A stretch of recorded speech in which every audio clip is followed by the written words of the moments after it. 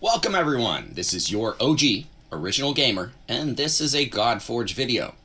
Today, we'll be wishing those of you in the Catholic Mythos a happy Easter. We will be proposing a new idea, calling it a hybrid free-to-play challenge in our Spotlight segment, and we'll be looking to get the community's feedback on this.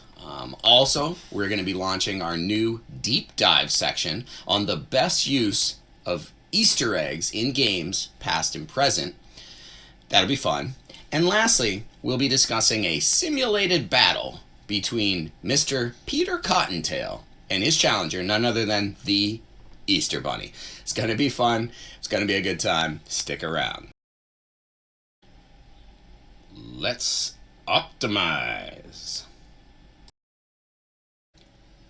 Hey guys, we're doing a little something special today. I'm going to provide you a quicker video than I did in the first two that I put out, which were a bit longer, more comprehensive. This one's going to be a little bit of a quick hitter, calling it a spotlight.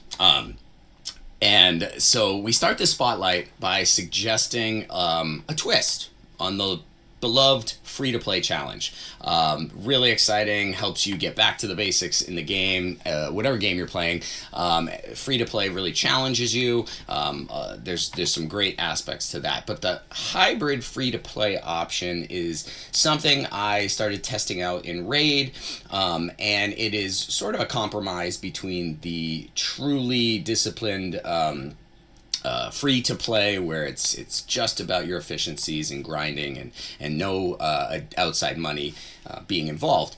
Obviously a spender's account, you're spending your money as you see fit and you're growing your account that way. But a hybrid free to play challenge, the idea, what it would be, is that you start your free to play challenge with a small starting budget. $50, $100, $250, $500, whichever. They could even be like weight classes, because our friends across the pond, they don't use dollars and cents, they use pounds, right? So it could be weight class. But you could go into the $50 weight class for a hybrid free-to-play, and you would be able to use that $50 sort of pool or account to, at any point you want during that free-to-play challenge. You choose when you feel like it's the best use of that additional money. But I feel like it would help to level out a little bit of the luck of the draw factors when we see the free-to-play challenges. I didn't get the kind of legendaries I needed, or I just didn't have the champions or a burner or whatever that is. I think it'd be cool to add a very small starting budget.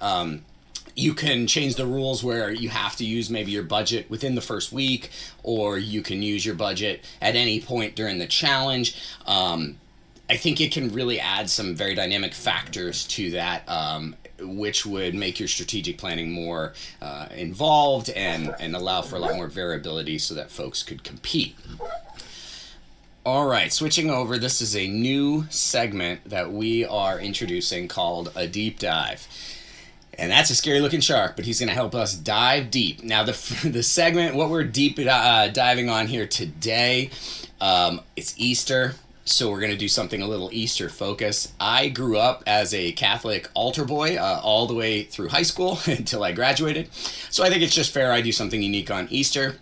And I think launching this new segment will qualify as my kneel, stand, sit, and I will be, halfway to the 100 Catholic attendance points that, if I make it to Easter and Christmas, I will have fulfilled the base level requirements to ascend myself to at least, I think, a 3-star Catholic awakening.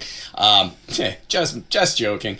But we're going to be doing this deep dive today on the best use of Easter eggs in games past and present. Easter eggs being sort of secrets, hidden elements of the game that you can find by just simply exploring and sort of stepping outside of the game's path that it expects you to follow and really getting out and looking for things. So, without further ado, this is our first OG's deep dive. The first ever Easter egg can be found in Atari's game called Adventure. It was released in 1979, and that's right, the name of the game was just Adventure. us OGs, us cavemen, we didn't know no better. we were just doing the best we can back then in the early 80s. The individual who coined this term, Warren Robinett, supposedly hid the message created by Warren Robinett to give himself credit inside the game. It was a secret feature you could find. The game adventure also featured secret areas that were not available in the main game. Robinett credits Donkey Kong, which he worked on, for inspiring him to include Easter eggs in Atari's adventure.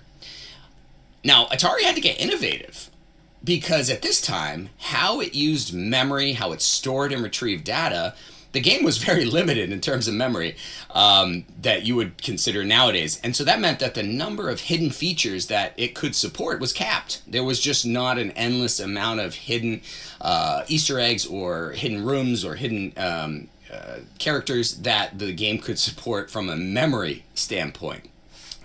Speaking of that, some memorable gems in games you may have played. Taking you back to Halo 3. If you played this game and you remember the 7th column skull, it was hidden in a literally egg-shaped rock, but you could only assess this through a specific set of circumstances. You actually had to find the skull. In order to find the skull, you had to complete the level without activating any of the first 7 skulls, which were hidden throughout the levels and corresponded to the game's difficulty. And each subsequent skill became progressively more challenging to unlock. After you didn't activate any of them, then you had to go back and activate all 7 skulls, and that was what allowed the egg-shaped rock to appear. You would then melee that rock to break it open and get the Easter egg. So there's one that's pretty interesting. Grand Theft Auto San Andreas. If you played this game, there was a bit of a scandal called the Hot Coffee Scandal, created an accidental minigame inside of there. Not sure if you know about that, don't know about that. I won't be going any deeper into that, and we're moving on. But again, another accidental Easter egg. Another game I used to love that had a lot of Easter eggs, a lot of hidden areas, secret characters, cheat codes. San Francisco Rush. It was full of hidden map areas, surprises, secret characters, secret vehicles, cheat codes, hidden music tracks, hidden special effects and customizations, alternate or hidden story endings. Really just went all out. I think that is a great example of Easter eggs and value built into the game. I mean, you could just get off the race, just say screw the race and go search for stuff, and hit jumps and fly through the air and find things that are, you shouldn't be able to find. Really interesting. The Legend of Zelda. Okay, you had Ocarina of Time, where you had to break through a wall out in the desert there. You had the Breath of Wind, which was full of secrets and had an underground cave system filled with loot. Fallout 3, there was a hidden underground bunker filled with loot and weapons. You just needed to know how to get through the sewer grate. So some interesting sort of throwbacks to Easter eggs in games we've played. Why do Easter eggs matter? Why do we care? Why are we talking about this? Well, there are cultural tie-ins, cultural impacts, and Easter eggs can help bring together a diverse set of gamers and weave community strength by sharing multiple perspectives and allowing for this shared reality within the game to exist that might not exist outside the game. This results in emotional bonding with the game and ties you to the legacy of all the gamers who have come before you. Easter eggs appeal to gamers at all levels. You can ignore the grind and just chase Easter eggs or secret areas and be the one gamer who finds those things. That can be sort of a role if you don't think, I'm not going to be the top on this leaderboard, there's just no way, I don't have the ability to do it or whatnot, or I'm not that good or I'm not that committed. You can just become notorious for finding secret areas or eggs and sharing that with the community. So it appeals to gamers at all levels. It's not just the highest end gamers that are going to get value out of that.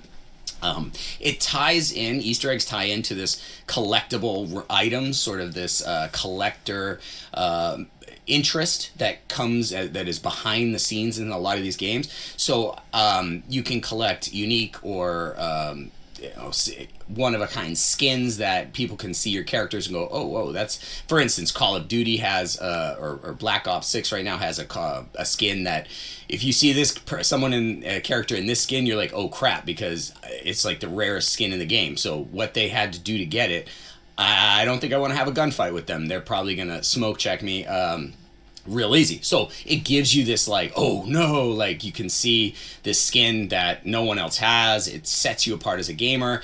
People look to you like, oh, who are you? What did you do? That's interesting. I want to know more about that. So that gives you that collectible piece. I mentioned in a previous video how cool it would be if you could like showcase your Easter egg discoveries in some sort of profile that you have as a gamer within the game. I'd love to, at some point, do a dev insight showcase where I could, interview some of the Fateless dev team members and talk about, hey, why do you love hiding secrets and Easter eggs in these games you work on? What Easter eggs have you hidden in games you've worked on before? How do you see Easter eggs and secrets and things of this nature, hidden areas being involved in Godforge? Obviously, we know about reliquaries and secret rooms like that, but I'd love to hear sort of the philosophy that Fateless's dev folks have around inserting secrets and Easter eggs and reliquaries into Godforge. So we'll see if maybe that's something we can do here in the future.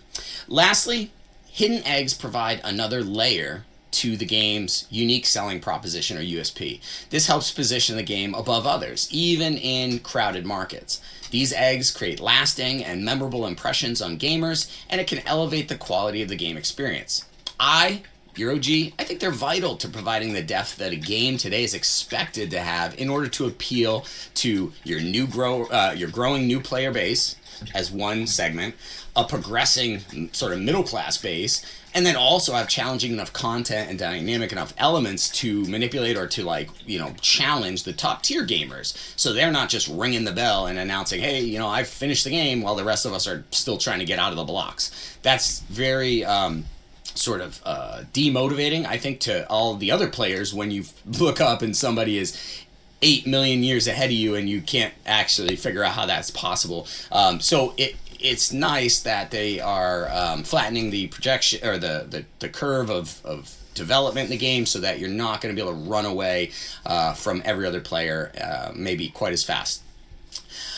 I think that what's really interesting is that by providing this spider web of options for a player to progress, there's no single points of failure, meaning no resource is constrained by any single means of acquiring it, which is great. This rewards the player's adaptability, creativity, and skill. It lets the gamer spend the most time in areas of the game that they enjoy the most, while still progressing their account and feeling like, okay, I'm advancing, I'm progressing on account. And it also increases replay value. There's a lot of replay in games like this where you have to farm. So this increases your replay value. I'm going to make a few future predictions around Easter eggs. I think AI-generated Easter eggs could be really interesting. You could interact with a ChatGPT bot that has a conversation with you, and if you ask the right questions, maybe like, I'm trying to think of the reference here. I'm totally on the tip of my tongue, but Monty Python Holy Grail, right? You get to the bridge. What is your favorite color? You can have these questions. If you ask the right questions, if you answer properly, if you guide the conversation maybe in the right way, then, or if you corner the bot in a lie or something, then you get the egg. He gives you something as a reward. Maybe the reward is just that you get a bot interrogator medal, or there's a label on your gaming resume or passport which shows like you achieved that Easter egg or that hidden function in the game. Maybe that ties to a limited time skin that you can use for free if you unlock this hard to find egg. We could do event-specific eggs. For instance, today's Easter. We could have scattered 10 to 15 Easter eggs throughout the game modes, and they're time-sensitive. They disappear after today. Obviously, folks who have progressed the highest will have the highest chance of finding all of the Easter eggs or most of the Easter eggs. And it's only available for a day to 3 days, with some of these levels and hidden, some of these levels being hidden in almost plain sight. But you have to re-explore everything to find them. So that's a great way to bring people back into the game if they feel like, I already know this, I already know that, I do this, I'm over that. This is a way to sort of give a fresh look by hiding Easter eggs in plain sight with limited time. Folks have to go into the game, they have to try to find these little Easter eggs on this day. Could be a really neat idea. Like I said, it could offer you a free limited time skin that's holiday themed. So like all your characters switch to a skin, or a couple of your characters, you can choose one of your characters maybe that switches to a Easter skin. And it only lasts for that period of time. But it gets the players in the spirit of the holidays, and it introduces holidays from all the mythos in the game. You have this master calendar, and I think that could be really cool in sort of educating and teaching the gamers, okay, well, this was, some of the origins of Easter. It, obviously came from a more pagan roots, and the Catholic Church sort of adopted it and integrated it. So that's going to be interesting, too, is if you have not just maybe U.S. or British accepted holidays, but some of the holidays that would fall in line with the mythos, that could be really interesting for event planning as well.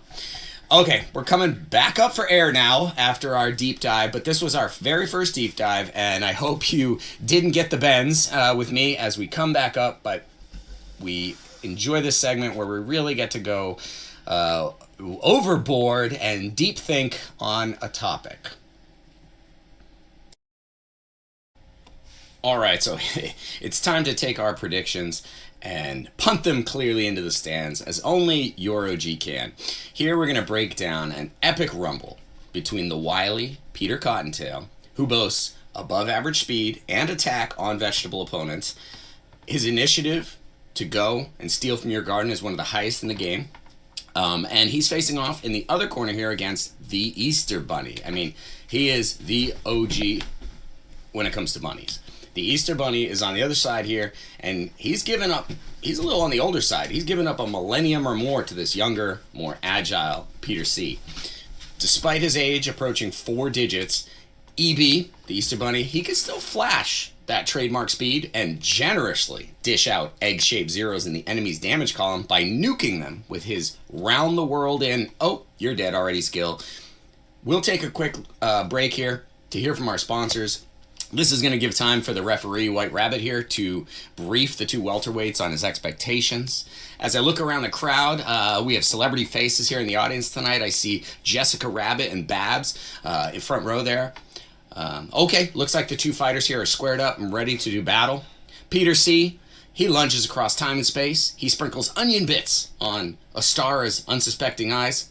Ostara, that is just the Easter Bunny's older Germanic name, a goddess of fertility and spring.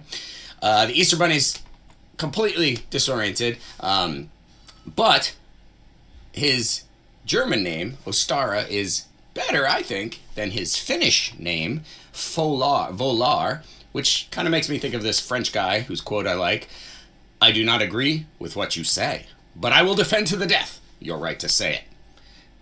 That's Voltaire. All right, so by this time, poor Easter Bunny is weeping. Onion juices are flowing down his face.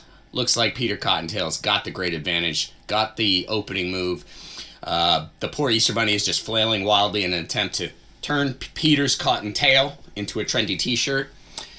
But blind luck is nothing to depend on. The audience holds their collective breath as Peter lays some cotton trails, runs up the wall, inverts, and on the descent, leverages all of his softness in one last-ditch effort to retire this peep-passing Pantheon crusher. As the shockwave of snuggliness surrounds the Easter Bunny's crown, the release of energy awakens an ancient passive ability. It heals the hop-along who frequents the bunny trail, and Easter Bunny musters his inner Ralph Macchio, roundhouse kicks Peter C. back into the early reader section at the public library. And that's all, folks. That fight is over. You can't mess with the OG. Thank you for joining us for this not so exaggerated commentary. And from all of us here at Optimized Gaming, we hope you have a great Easter and a great day, and remember, play smarter.